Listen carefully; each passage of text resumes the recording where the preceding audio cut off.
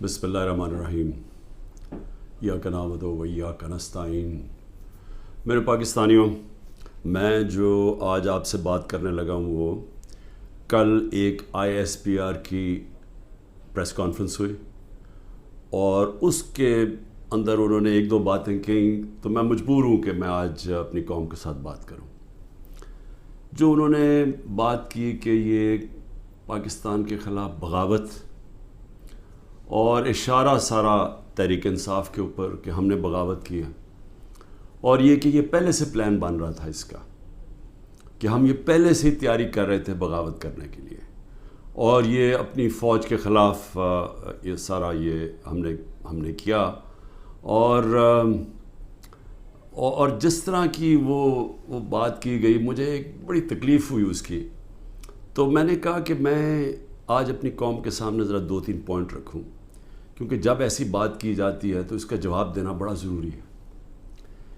دیکھیں، اب یہ موقف آ گیا ISPR کا اور پاکستان کی اسٹیبلشمنٹ کا کہ تحریک انصاف نے بغاوت کی۔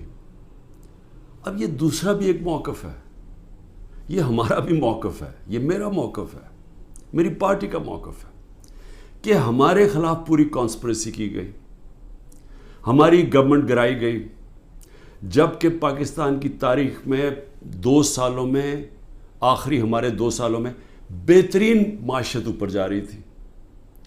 آپ اگر اکنامک انڈیکیٹرز دیکھ لیں اور پاکستان اکنامک سروے پڑھ لیں تو وہ ان کی حکومت کا بھی پڑھ لیں جو ان کے دور میں شائع ہوا ہے، تو آپ کو یہ پتہ چلے گا کہ 17 سال کے بعد بہترین اکنامک پرفارمنس تھی، اور 17 سال پہلے اس لیے تھی کہ امریکی ڈالرز آ رہے تھے، ہم امریکہ کی وار آن ٹیرر لڑ رہے تھے۔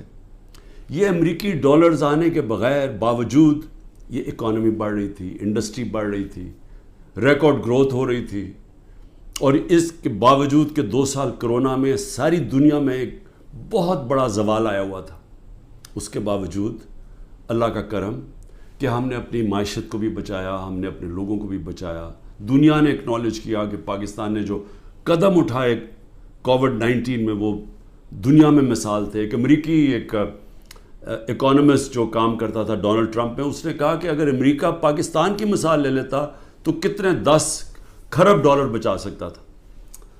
تو اس گورنمنٹ کو گرایا گیا ایک سازش کے تحت، تو یہ ہم کہہ رہے ہیں کہ ملک سے غداری ہوئی۔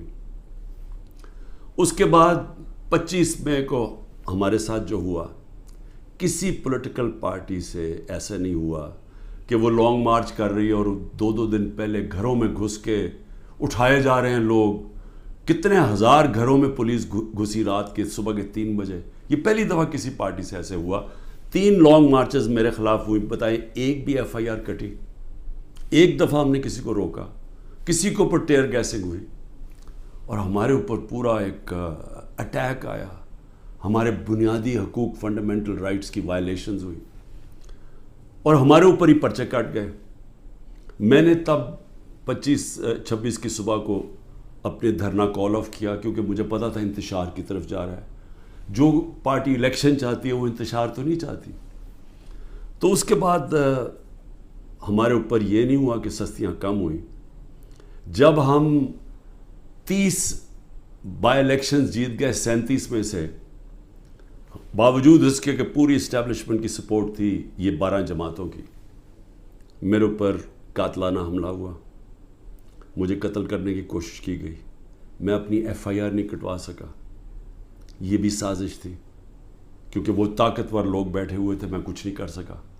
پھر جو JIT بنی پنجاب کی ہماری گورنمنٹ تھی، اس نے جو چیزیں سامنے لے کے آئیں، جب وہ چیزیں سامنے آ رہی تھی کہ 3 شوٹر تھے ایک کی بجائے، وہ JIT کو سیبوٹاج کیا طاقتور لوگوں نے۔ سازش تھی، کیوں نہیں JIT کو چلنے دیا۔ اس کے بعد ہمارے اوپر میرے گھر پہ حملہ ہوتا ہے۔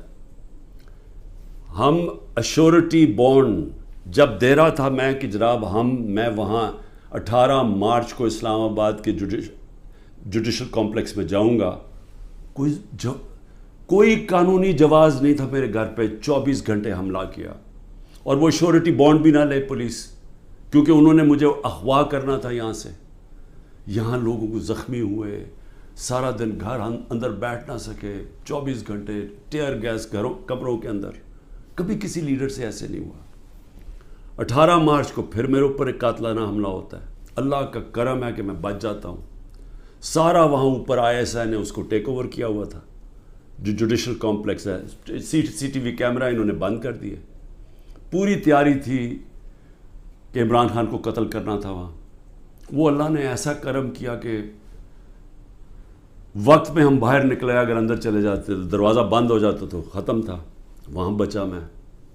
اس کے بعد اگلے دن یہاں، 2 دن کے بعد 3 دن کے بعد ادھر ایک اور مرتضیٰ بھٹو ٹائپ قتل کرنا تھا. وہ مجھے پہلے پتہ چل گیا، میں نے ٹی وی پہ چلا گیا، وہ رک گئی بات. تو سازش تو کیا ہو رہی تھی؟ سازش یہ ہو رہی تھی کہ ایک پارٹی جو جیتنے جا رہی تھی الیکشن، اس کو پارٹی کو ختم کرنے کے لیے لیڈر کو ختم کرنا تھا. اور پلان تب سے ہی بنا ہوا تھا. کیسز شروع ہو گئے تھے مہینوں کے اندر. جیسے 70 سال میں ایک آدمی کے اوپر ایک کرمنل کیس نہیں ہوتا، چند مہینے میں آج 170 سے زیادہ کیس ہو چکے ہیں. یہ یعنی کون سا انصاف کا تقاضا ہے کہ ہر قسم کا جو ہر دوسرے دن کوئی نیا کیس ہو جاتا ہے. سارا میرا وقت ایک عدالت سے دوسری عدالت میں لگتا ہے.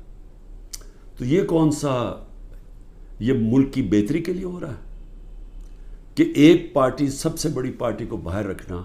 اس سے بڑی سازش کیا ہے؟ جمہوریت، سب سے بڑی پارٹی کو ختم کرنے کا مطلب جمہوریت ختم کرنا، اور جمہوریت ختم کرنے کا مطلب آزادی ختم کرنا ہے. تو یہ کیا ملک کے خلاف سازش نہیں ہے؟ اور پھر جو 9 مئی کو ہوا، اب ISPR صاحب کہہ رہے ہیں کہ جناب 9 مئی کو جو ہوا ہے وہ ایک بڑی سازش چلتی آ رہی تھی، تو وہ سازش سامنے آئی، بغاوت. مجھے یہ بتائیں کہ میں جب یہاں سے، مجھے پتا تھا پکڑنا انہوں نے مجھے 9 مئی کو، میں اس سے پہلے ویڈیو ریکارڈ کر کے گیا کہ اگر مجھے پکڑنا ہے مجھے وارنٹ دے دیں اور میں آرام سے اپنے آپ کو آپ کے حوالے کر دوں گا. کوئی ضرورت نہیں ہے کہ یہ جو میرے گھر کے باہر ہوا کہ پولیس، 1000 پولیس اور رینجرز اٹیک کر رہے ہیں. سب کے سامنے جو ہوا کہ رینجرز بھی نہیں بلکہ وہ کمانڈوز تھے، انہوں نے اٹیک کیا، شیشے توڑے. عملہ جو بیٹھا ہوا تھا رجسٹری آفس کا اسلام آباد ہائی کورٹ، اس کو مارا، وکیلوں کو مارا. مجھے لگا ڈنڈا، مجھے اس طرح لے کے گئے جس طرح کوئی دہشت گرد ہے. غیر قانونی طور پہ مجھے پکڑا. کیا یہ بھی سازش کا حصہ تھا؟ کیونکہ اس کی وجہ سے اشتعال آنا تھا لوگوں کو. اور ہمارا موقف یہ ہے کہ اس کو استعمال کر کے ایک پورا کریک ڈاؤن کیا گیا جو پہلے سے پلان تھا. ہو ہی نہیں سکتا کہ 2 دنوں کے اندر آپ 10,000 لوگوں کو جیلوں میں ڈال دیں پکڑ کے، جب سے پہلے سے پلان نہیں بنا ہوا تھا.